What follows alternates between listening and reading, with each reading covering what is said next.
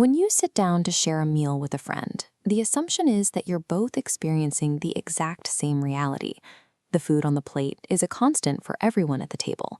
Then a sprig of cilantro is added to the dish. To about 80% of the population, it's a bright, fresh herb. To the other 20%, it tastes like a mouthful of liquid dish soap. This diagram shows the OR6A2 gene. If you have a specific variation of this sequence, your body filters your taste receptors to detect aldehyde chemicals. You aren't a picky eater. Your DNA is simply identifying a chemical that most people's tongues ignore. That genetic quirk is just one of many hidden biological glitches. These variations in our hardware create quiet divisions across the entire human population. This single genetic switch means two people can look at the same plant and have two incompatible sensory experiences. It shows how our bodies can deliver different versions of the same environment depending on our individual wiring. These differences extend to the mechanical hardware of the body. While most people can pop a knuckle or two, some can crack their neck, back, toes, ankles, and shoulders until their skeleton sounds like a sheet of bubble wrap. While it sounds like bones grinding together, this isn't a sign of skeletal decay. This cross-section shows the actual mechanics at play. Your joints are surrounded by a lubricating fluid where microscopic gas bubbles form and expand. Certain bodies build up this internal pressure faster. The loud popping sound is these bubbles rapidly bursting to vent the pressure. Other physical anomalies are leftovers from our biological history. A small number of people can independently flex their auricular muscles, allowing them to twitch and rotate their ears on command. Ancient human ancestors relied on these muscles to swivel their ears like radar dishes, physically tracking the sounds of predators or prey. These traits are evidence that the modern human body is still running on obsolete evolutionary hardware. Because our hardware is so old, the brain often misinterprets the data it receives from the outside world. You can see this when someone walks out of a dark room and into the bright sun. For 10 to 30% of people, that sudden burst of light triggers an immediate sneeze.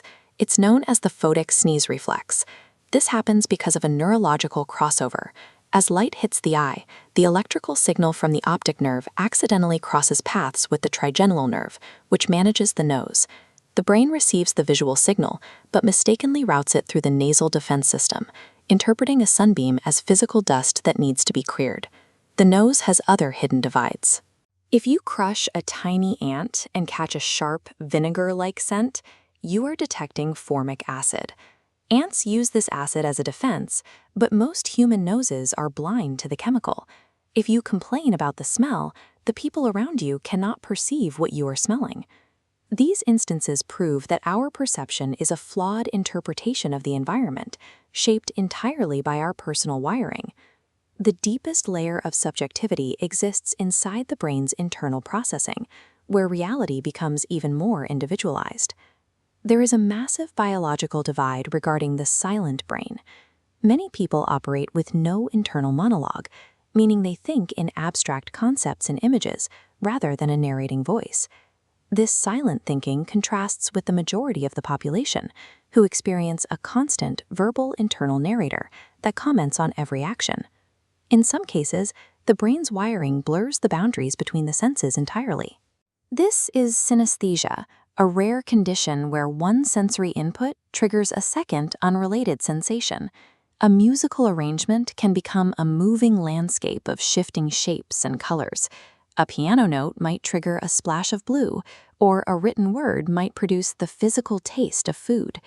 These internal crossovers demonstrate that the mind creates a private version of reality, often adding layers of sensory data that are simply not present for anyone else. From the way our joints vend pressure to the way our nerves interpret light and sound, human interaction is a meeting of different biological systems. Because of these combined glitches, no two people occupy the exact same experiential universe. Everyday social friction, like arguing over a meal or someone's sneezing habit, often stems from these invisible biological differences rather than a real disagreement. What you perceive as a standard, objective observation is a unique neurological output that your neighbor might not be able to access. The next time you assume everyone is seeing the world exactly as you do, Remember these hidden divides. To the person standing next to you, you are